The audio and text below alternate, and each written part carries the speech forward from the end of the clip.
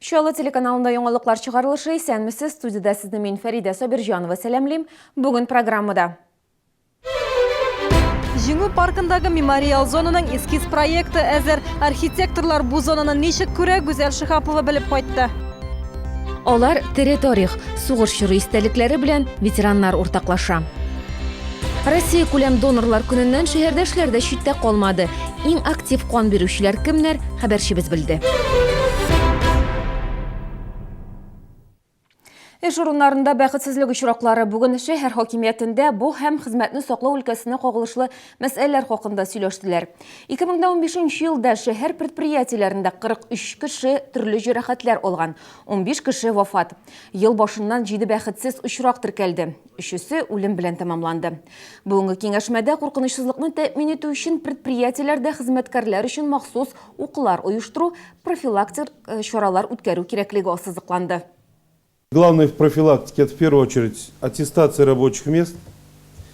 Еще раз хочу сказать, что уважаемые руководители, лица ответственные за охрану труда, ситуация, не сказать, что она такая радостная, поэтому я прошу каждого на своем рабочем месте более ответственно относиться.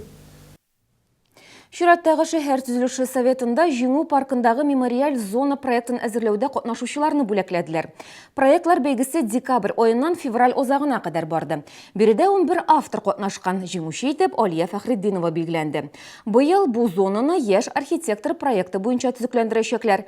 Әмма шәһәрдәшләр арасында паркның нинди булырга тиешлеге хакында сораулар тынмады әле.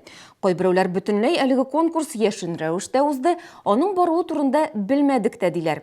Берәүләр халык фикере белән исәпләшмәделәр дә ди. Тулырак Гүзәл Шихапова дәвам итә.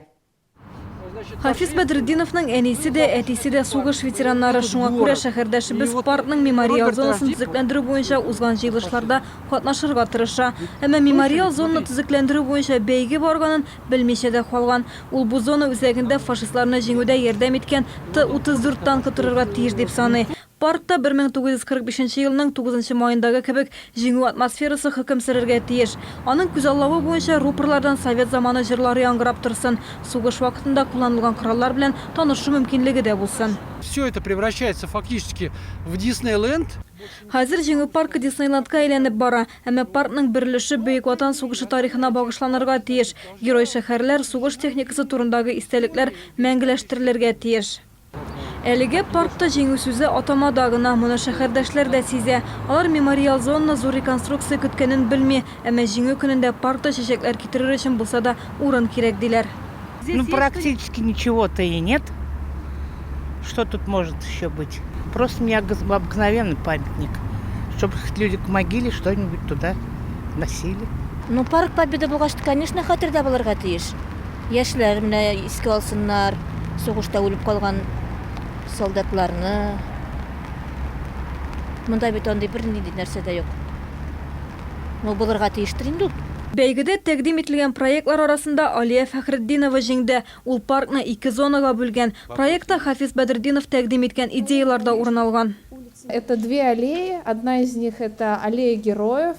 Бу 2 аллея, аларның берсендә җиңү коралы, кечкенә музей, герой шәһәрләргә багышланган стела һәм чәчәкләр китерү урыны булачак. Икенче зона исә тыл батырларына багышланачак, биредә ял итү зонасы һәм 3 тан урнаштырылачак. Әмма шәһәрнең рәссамнар берлеге рәисе Факил Гайфетдинов бу проектның концепциясы юк дип белдерде. Рәссам фикеренчә, Чаллыда танклар җитештерелмәгән, шуңа бу техниканы бирегә кую урынсыз. Шәһәр паркында сугыш вакытында Чаллы һәм Тукай районының тылда күрсәткән батырлыгын гәүдәләндерергә кирәк ди ул. Әмма жюри әгъзалары проектны сайлаган инде. Сез нәрсә бала чагасыман? В детском саду, что ли? Жюри было, что же за обиды такие? Тут многие могут быть обижены, что это такого-то? Самые главные творческие подошли, рассмотрели. Реконструкция барышында бу проектка үзгәрешләр кертелерме билгесез, шунысы анык. Җиңү көнен паркта каршы алмаячакбыз. Бәйрәм мәйданда узачак. Шулай да Җиңү паркында салют оештырылачак. Гүзәл Шихапова, Тимур Ахметов, яңалыклар.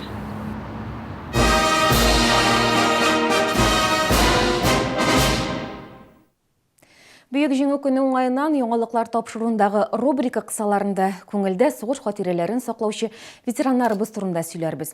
Алдагы сюжетибиз геройлары Бүйүк Ватан сугушу һәм тыл ветераннары. 67 ел бирге. Садриевларның икисине де 91 еш. Тукай районы Сорайлы авылында яшилер. Ветераннар түземсезлек белән юк жеңүү күнен түгел, кыяр жылысын көтәләр. Тәрәз төпләрендәге помидорларын бакчага күчереп утыртасы бараларның. Бля, капка төпләренә дә рәши сартып алырга кирәк.